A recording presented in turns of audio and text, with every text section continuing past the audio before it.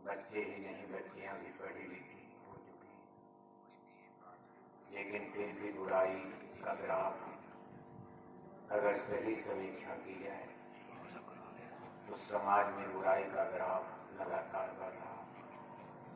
हमारी नई पीढ़ी में, नई जनरेशन में बच्चे बच्चियों के संस्कार धीरे धीरे खराब होते जा रहे हैं। अब ये चीजें हमको आपको समझनी होंगी। आखिर कौन सी ऐसी बनी है जिससे समाज का पतन हो रहा है। हम मनुष्य हैं, इंसान हैं। ऐसे मार्ग और रास्ते पर महापुरुष चलाते हैं कि भाई हमारा आपका संसार भी दुरुस्त हो, सब व्यवस्था भी ठीक ठाक चले, रोटी कपड़ा मकान सबको न्याय मिले, सबकी रक्षा हो, सबके अंदर प्रेम पैदा हो, रहम पैदा हो, दया हो, धर्म हो, रगड़ा झगड़ा मार काट हिंसा हत्या कम हो, साथ ही साथ हमारी आत्मा का कल्याण भी हो, क्योंकि जीवन का मूल लक्ष्य है आत्म कल्याण, यानी आत्मा की रक्षा करना। मानव जीवन का मूल लक्ष्य यानी उद्देश्य है। हम आप अगर केवल शरीर की रक्षा में अपना समय अपना जीवन बिताते तो समझ लो ही काम तो हमारा पूरा हो गया।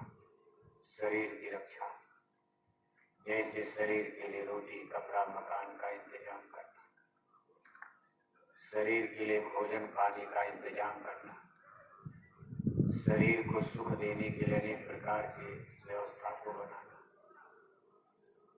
लेकिन दूसरा जो काम है आत्मा की रक्षा, ये काम हमारा आपका अधूरा रह जाता। महापुरुष कहते भाई दोनों काम करो आप। शरीर की रक्षा भी जरूरी है, लेकिन इसी के साथ साथ आत्मा की रक्षा और भी जरूरी है। यही तन कर फल विषय न भाई, स्वर्ग स्वल्प अंत दुखदाई। शरीर और आत्मा ये दोनों दो विषय है, दो चीज है। शरीर तो हमारा आपका भगवान श्री कृष्ण जी महाराज ने गीता में समझाया है। अर्जुन को समझाते हुए कह रहे हैं कि भाई शरीर तो हमारा आपका कपड़े के समान है। जैसे हम आप समय आने पर एक कपड़े उतार करके दूसरे कपड़े पहन लेते, इसी तरह समय आने पर हमारी आत्मा एक शरीर को त्याग कर दूसरे शरीर को धारण कर लेती। लेकिन आत्मा के लिए उन्होंने स्पष्ट कहा है आत्मा अमर है, कभी मरती नहीं है। नैनम छिंदन्ति शस्त्राणि नैनम दहति पावका न चैलम क्लेदियं तापः न शोषित मारता।